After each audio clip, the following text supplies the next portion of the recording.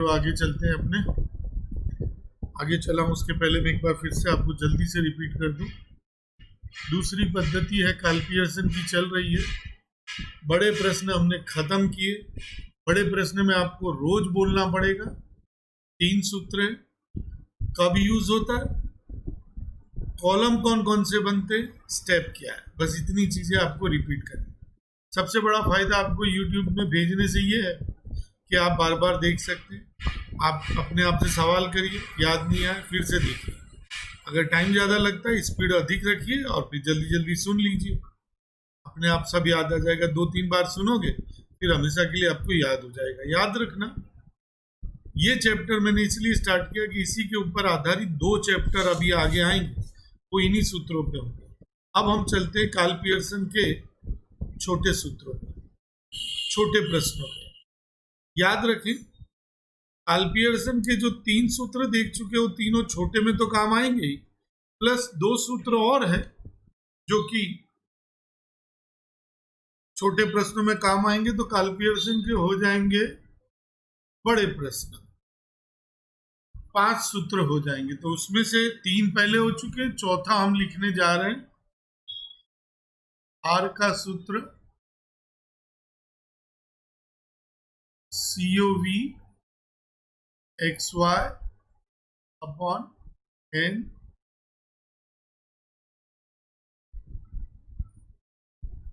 Upon SX SY बराबर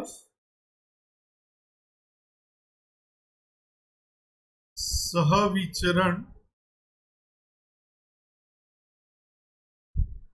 XY बटे SX SY बराबर SXY SX SY। ये तीनों एक ही है। एक इंग्लिश में है, ये इंग्लिश में है, ये हिंदी में है, ये चिन्ह में है।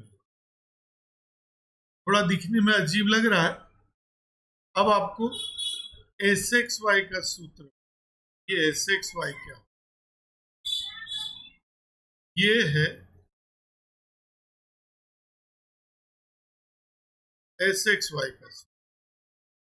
इस पर से आपको ये जो है SXY, इसकी जगह ये सूत्र अगर हम लिखते हैं तो R का सूत्र ये बनेगा।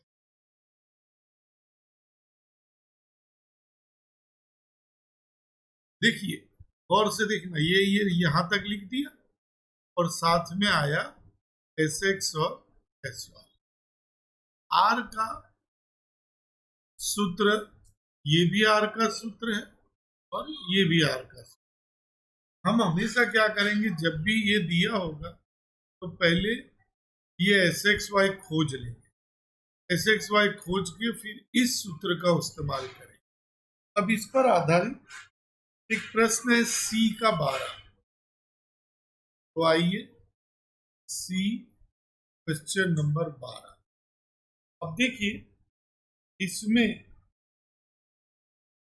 ये जो दे रखा है, ये ऊपर की लाइन ये दे रखा है -65 और n दे रखा है 10। ये C12 जरूर लिखा मैंने, यहाँ होना चाहिए SXY बराबर। ये तो क्वेश्चन है।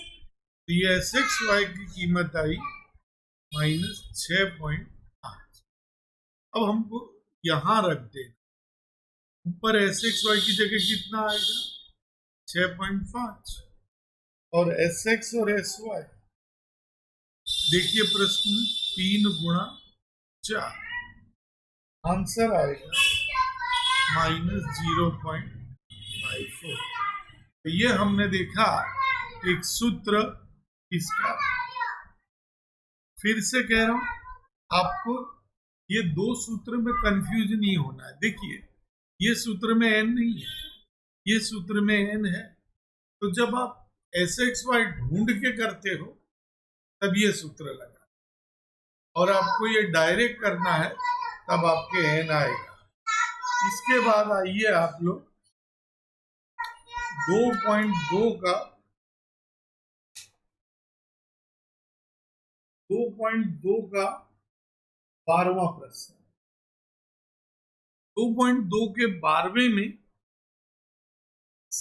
COV XY दिया हुआ, आप निकाल लीजिए COV XY। 2.2 का 12वां ऊपर दे रखा है कितना, 30। ये अब बटे में SX SY। अब आप देखिए SX तो है 5। अब आप पढ़िए SY में क्या लिखा है। लिखा है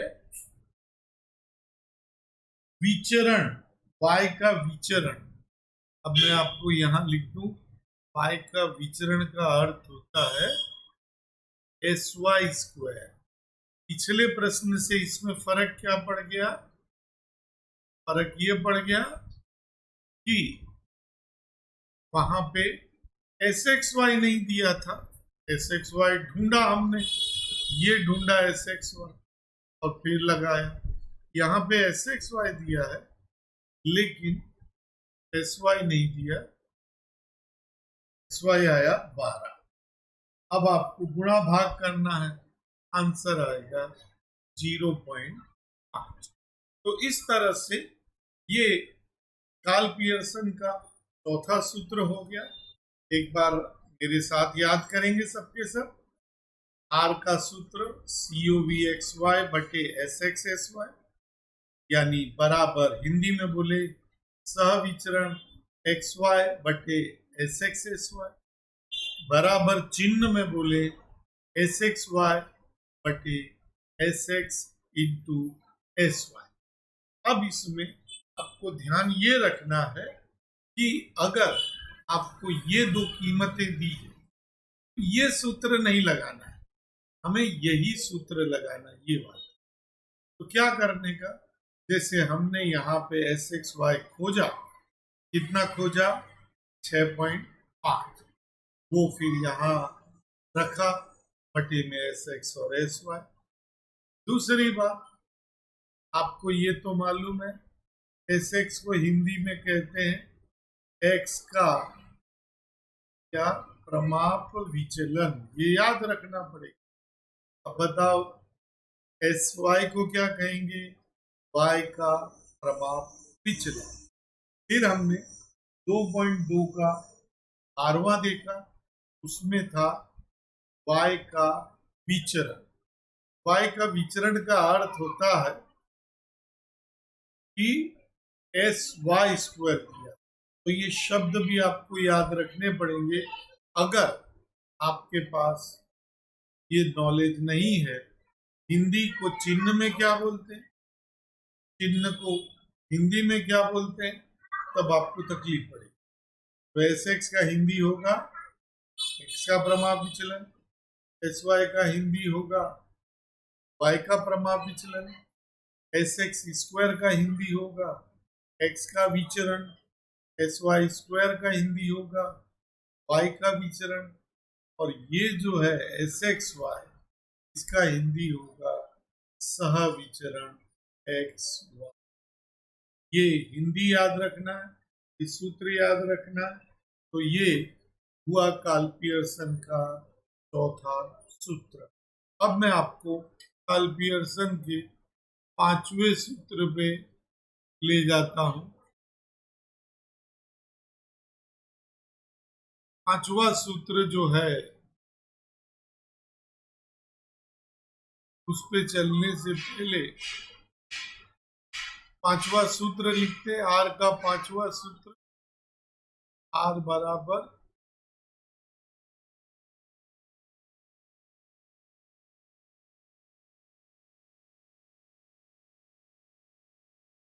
ये सूत्र पुराने कोर्स में नहीं, फिर भी कभी कभी बोर्ड की एग्जाम में पूछ लेते। तो इस बार इन्होंने क्या किया कि ये सूत्र डाल दिया। ये है R का 5वां सूत्र।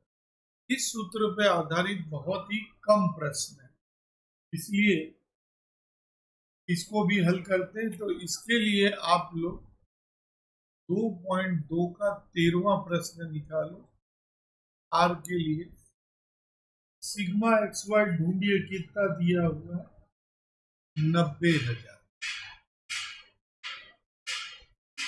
एन 10, 160, 55, 10, 160, 55, फिर यहाँ 10, एस एक्स स्क्वायर 25 और 10। सूत्र में खाली कीमतें रखी है, कुछ है नहीं। आपको करना क्या है, यहाँ पे वही का वही रहेगा, यहाँ तीनों का गुणा करना है और तीनों का गुणा आएगा 88।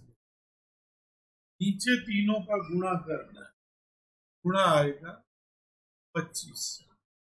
बस पर बचा 2000, नीचे बचा 2500, 20, 25, 4, 5.8, नीचे आपको लिख देना है धनिष्ठ धन सहसंबंध।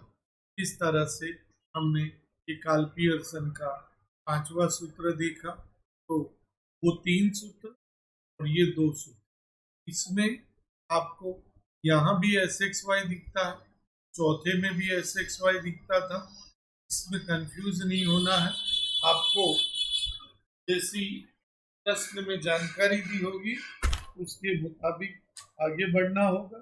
अब मैं आपको होमवर्क दे रहा हूँ, तो होमवर्क आप लोग रेगुलर कर रहे होंगे, ये मैं मान के चलता हूँ। उदाहरण 14 का पहला, दूसरा, चौथा और उदाहरण 26 और 27। याद रखना, ये उदाहरण 14 का पहला, दूसरा, चौथा, उदाहरण 26 और 27।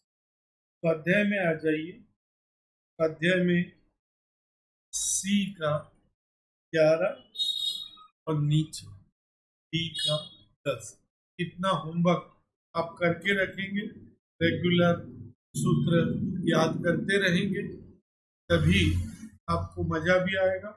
और याद रखें, जिस दिन मैं जो काम सौंपूं उसी दिन आपको वो काम निपटा लेना है। तो अगले मेरे लेक्चर का इंतजार रहेगा और आप बहुत अच्छे से चैप्टर को समझ पाओगे। धन्यवाद।